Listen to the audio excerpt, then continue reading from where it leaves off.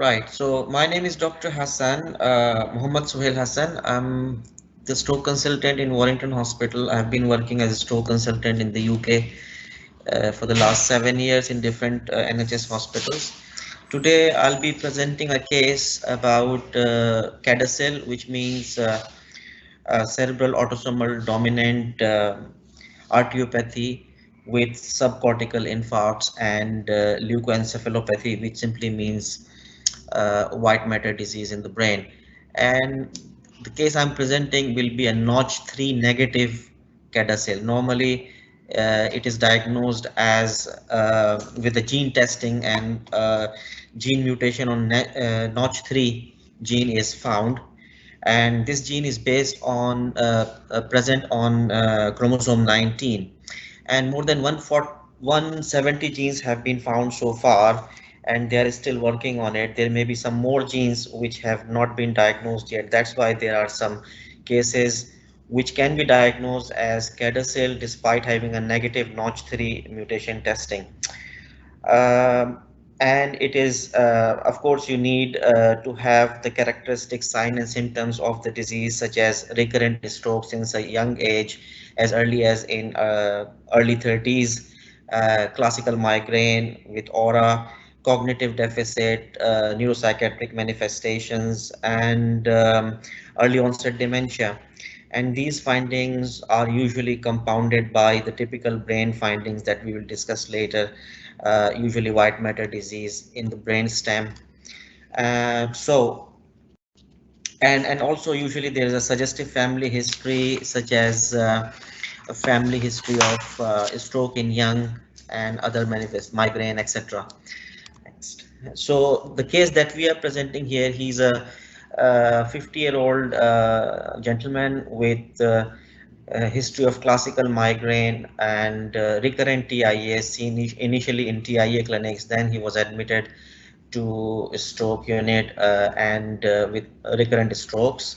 He rapidly progressed with decline of memory and diagnosed as dementia, early onset vascular dementia.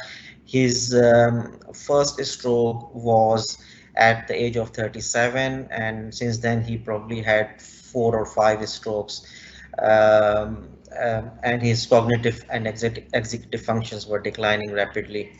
So, family history: his father had strokes in younger than 60, and another cousin, also a second degree relative, had a similar presentation at similar age with a stroke, migraine, cognitive deficits, and recurrent strokes.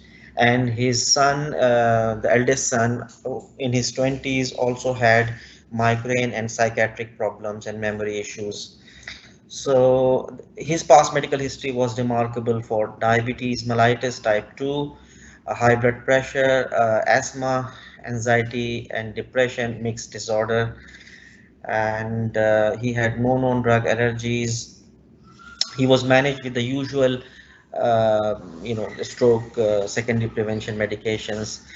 And investigation wise, he was worked up with MRI brain that showed lacunar infarcts bilaterally and in the basal ganglia, in the internal capsule, thalamus, pons, and subcortical areas in the frontal, parietal, and occipital lobes. And there were multifocal microhemorrhages, which are a typical finding, especially if in the temporal lobes. And extensive stroke in young workup was done, including MR angiogram of head and neck. There was no MR angiogram was normal. There was no dissection. Echocardiogram was normal. Thrombophilia screen was unremarkable. He had a full vasculitis screen, which was also unremarkable. However, we couldn't find a notch 3 negative mutation also.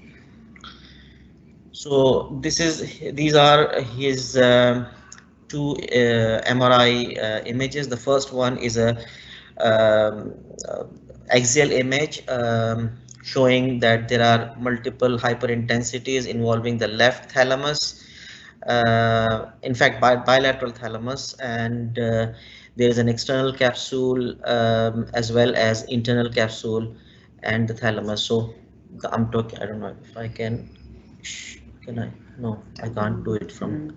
I can't. Okay, so on the other screen, on the right hand side, there is the sagittal section in which a very obvious pontine infarct can be seen as a hyperintensity.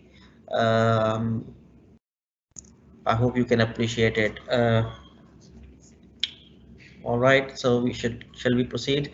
So the outcome of this, ultimately what happened that we diagnosed him locally as a notch 3 negative after having a discussion with the MDT, with our local neurologist and stroke consultants and our neuroradiologist locally, and we were all convinced that he should be treated as notch 3 negative cerebral autosomal dominant arteriopathy and stroke and leukoencephalopathy. So he was referred for a secondary specialist opinion to higher center, and they also agreed with our diagnosis. I think that's the end of my presentation. If you have any questions, I'm happy to answer.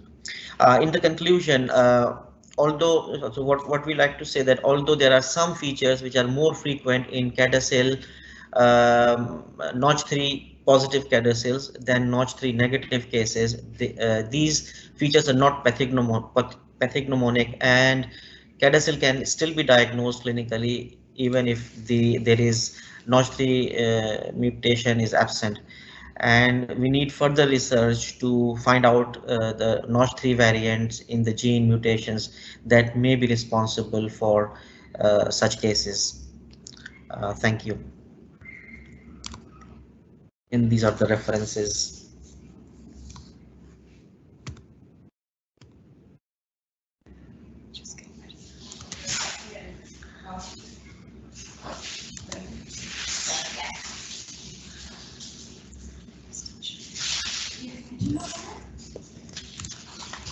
Okay, let me just set this up, sorry. Okay, so I think we're going to answer questions at the end of the second presentation. So I think you're supposed to put them in the chat box if you've got any questions for the end. So we've split the presentation. My name is Jill Wright. I'm a clinical specialist physio who works on the stroke unit for a number of years. And I'm also the clinical lead for stroke here at Warrington. And what we wanted to use this session for as well as the case presentation was just to actually refresh everybody's knowledge around the pathway for stroke patients at Warrington. We've had, obviously, it's been a number of years since we've changed our pathway. So we want to sort of clarify the pathway, because there's been a number of some issues that we've had along the way around sort of some delays in getting the patients to the stroke unit, especially when they've come into us directly. So we're going to just go through the pathway, and then again, any questions at the end, that would be great if you can just pop them in the chat box.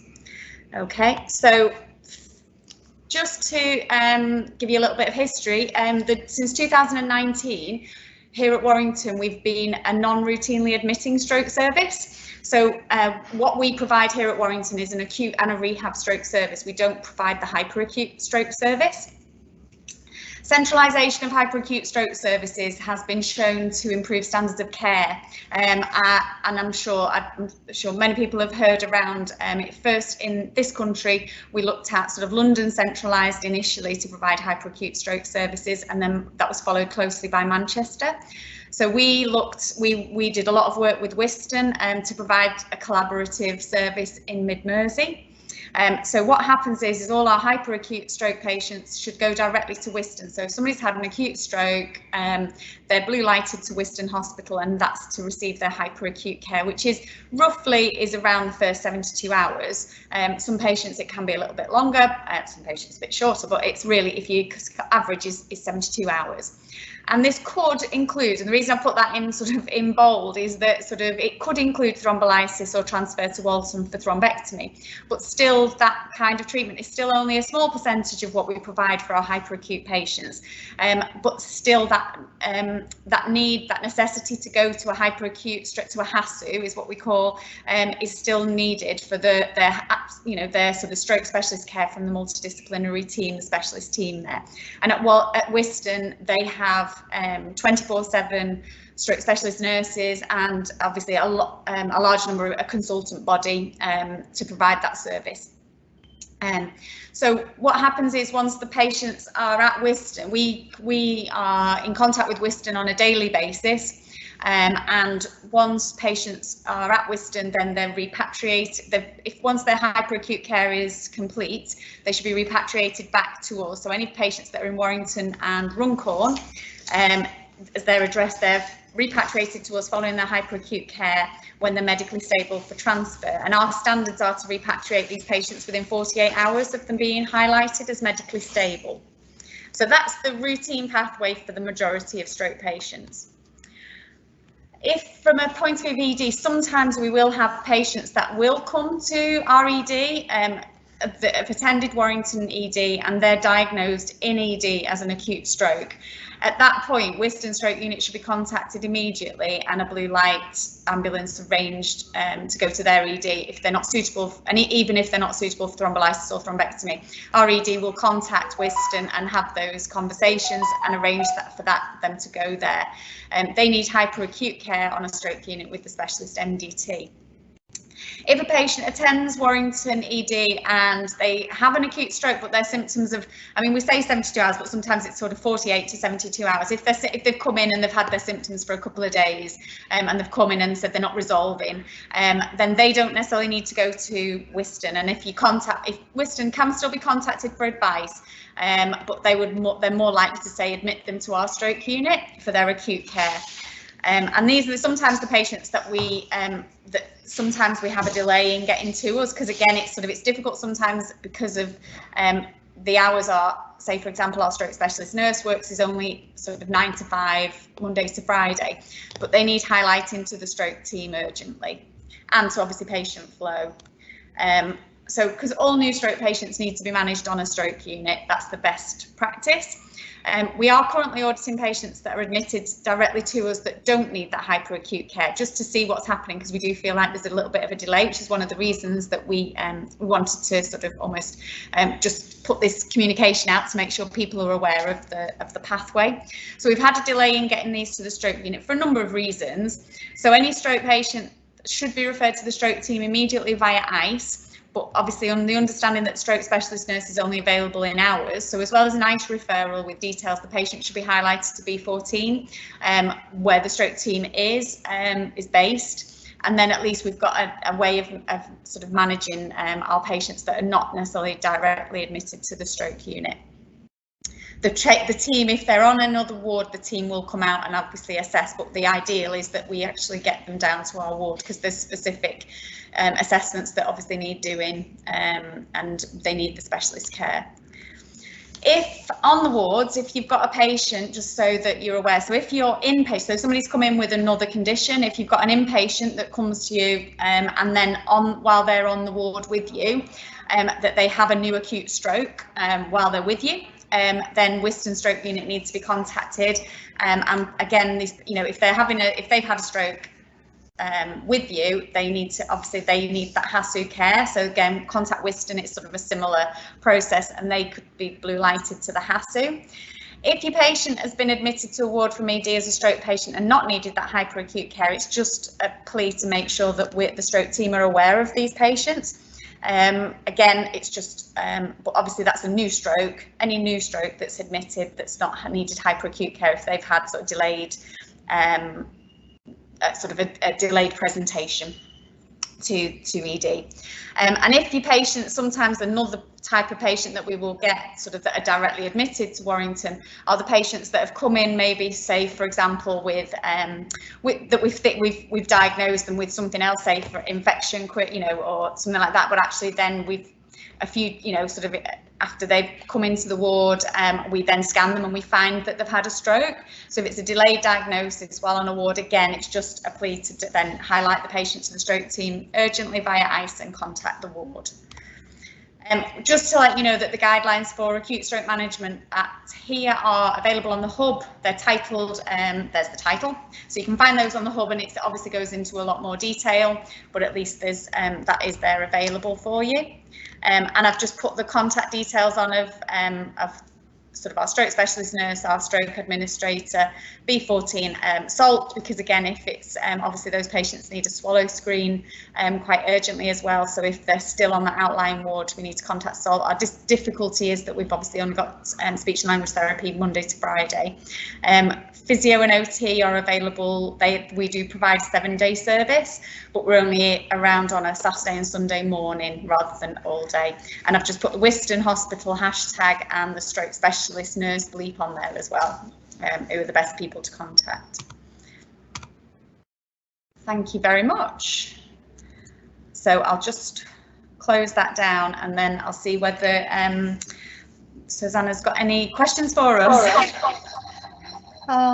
Sorry, no questions asked, so thank you very much for presenting today. Okay, thank you. Thank you.